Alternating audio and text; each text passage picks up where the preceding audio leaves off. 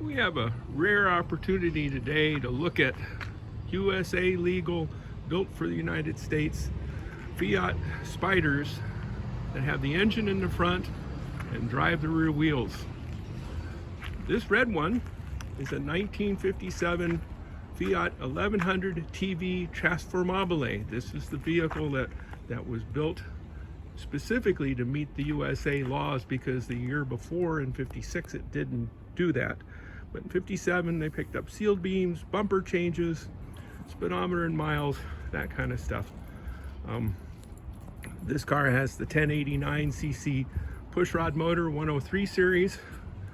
These early cars are easy to spot because the grille is different.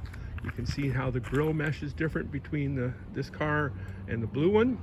The fake wire wheel spokes knockoffs have 2 ears on them.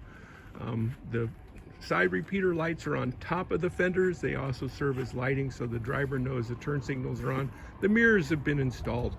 That's not factory stuff. They have a wooden steering wheel. The seats swivel, 2 gauges on the inside. The 1100s, you start it by pulling on a lever on the dash. Later cars have a solenoid operated by the ignition key.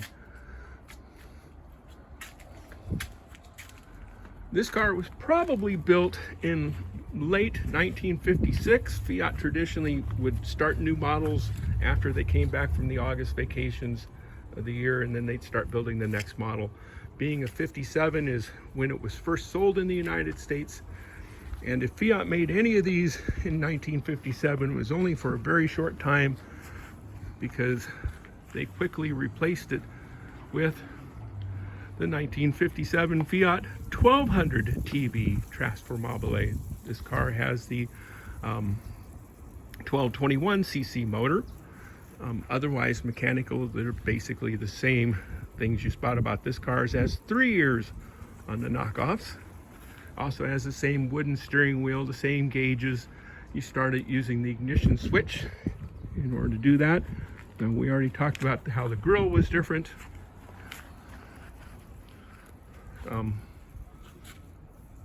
The red car I put together after a man was restoring it but got sick, and that was probably about 25 years ago.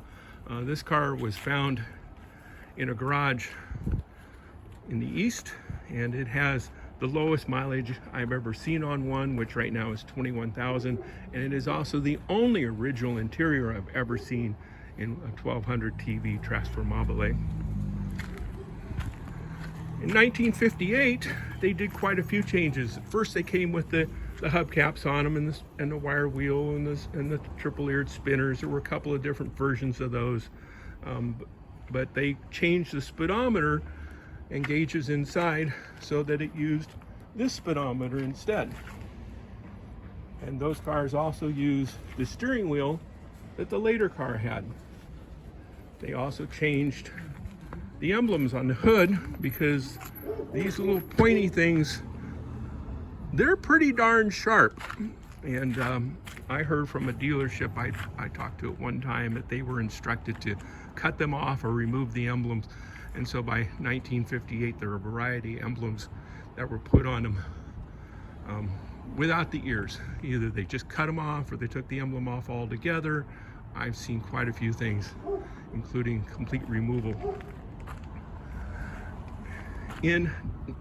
So we've got 57 early, 57 late. We've got the speedometer from 58. And then in 1959, Pininfarina started building this car, because this blue and the red one, they're built by Fiat. You can tell because the emblem here on the side, it's got the Fiat emblem behind it. These were built in-house by Fiat. But in 1959, they swapped to the 1200 Cabriolet. Well, the 58 was assembled in the Pininfarina factory, but they swapped to this car in 1959 and ran it up through 1962. 1221cc motor, 4-speed transmission, still has the same drum brakes, still mechanically the same car, but with a much different design Pininfarina body. In 1959, they also introduced the Oscar version. And the Oscar version, I'm not going to talk about that here, but we can see the gauges and the steering wheel. This car is a very late production car. So it was built in late 1962 when they had started the production of the 1500 Cabriolet. We can see that it's got the clock in the dash, which wasn't done on the standard 1200 Cabriolets.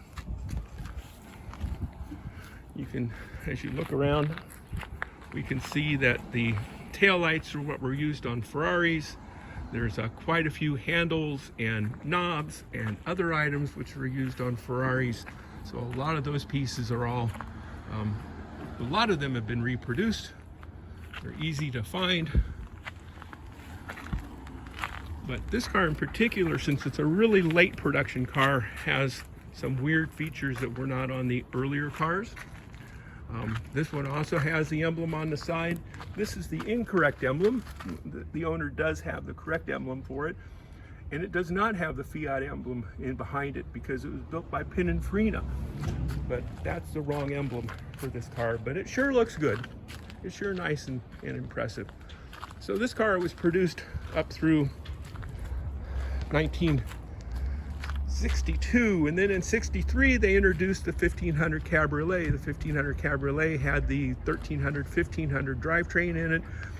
It was built on the chassis of the 103 series car, and I don't have one of those here today to compare to, but they had the larger 1500 pushrod motor in it, 3 main bearings set up. They also put disc brakes on the front. In 1963 production, 64 usually first sold, they were a 4-speed. And in 64, 5, and 6 also sold approximately 1 year later. They were 5-speed cars. That car has a lot of features which were then used on the 124 series. The 124 series, Spider, built by Pininfarina, often assembled by Fiat once they got the bare bodies, has the twin cam motor in it. Started off with a 1438 twin cam motor in it, which was developed for the 125 and the Sport series of the 124. The very first year in 1967, those cars are desirable because they are a bit different. They have the heater controls are on the dash. A couple other weird things about them, but in 1968 they swapped over to this. Both the 67 and the 68 have a torque tube differential and drive shaft in them.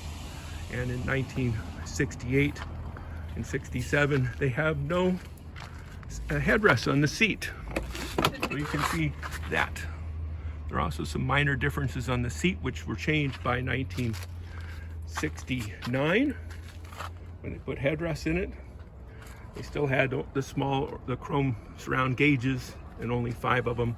And they did those until later on. Early cars had the flat hood, single carburetor, small tail lights. You'll see as we come back here, this car has the small tail lights on it.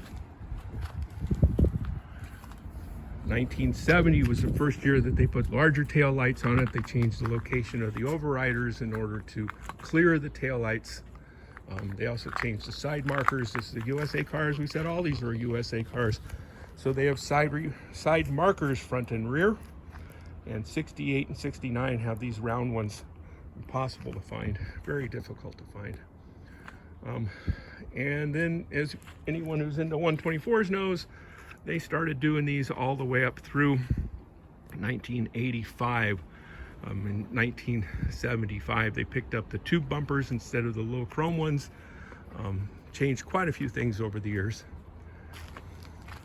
So hopefully that gives you an idea about cars that were offered by Fiat as USA models from 1957 until 1985. Thanks for watching.